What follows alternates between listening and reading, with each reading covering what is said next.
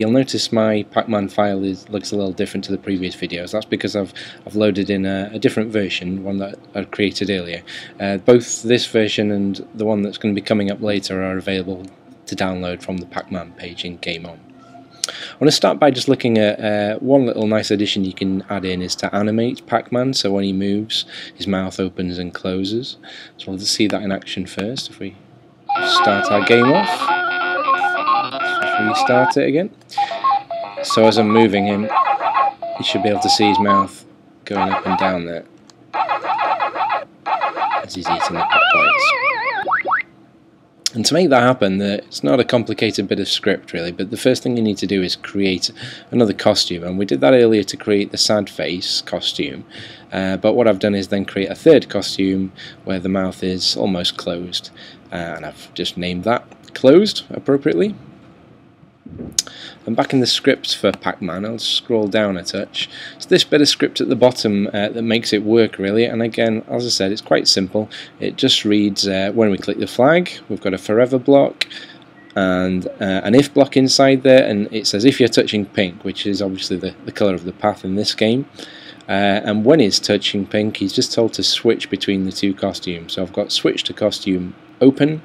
I've got a very small time delay of 0.2 seconds there, and then switch to costume closed, and then again the little time delay because this is looping round. You need 2 time delay blocks in there, and that just constantly switches between the two costumes while you're moving on the pink section. The other thing I've added into this game is in this bit of script to the left there, we've got the same. We built this earlier in the previous video of ending the game when the lives get to 0 or when your points reach their maximum, having collected all the pack points.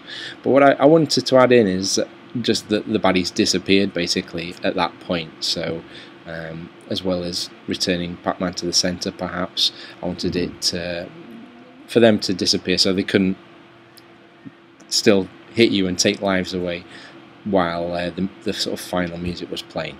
So I've added in this block here that's called broadcast, and if you've not used that before, broadcast in Scratch, it's in the control blocks, and it creates an invisible message that can be sent from one sprite to another sprite, or from a sprite to the background even. So it's the same thing in here. You add the broadcast block in, and then you create a name for your message, and you can have multiple messages.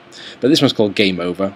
So if the lives reach 0, my message is broadcast, and the same message is also broadcast if the points get to 32 there. And if we just switch to our baddie sprites, you'll see there's a little bit of script up here that says when I receive the message Game Over, and you'll find that in the control blocks, that when I receive block. And their instructions when they get that message is to go to their starting position, and I've just added a hide block in there as well.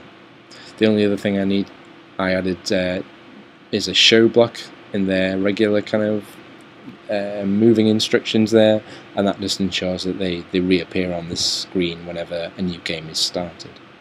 But just 2 little features that can add final polish to your game.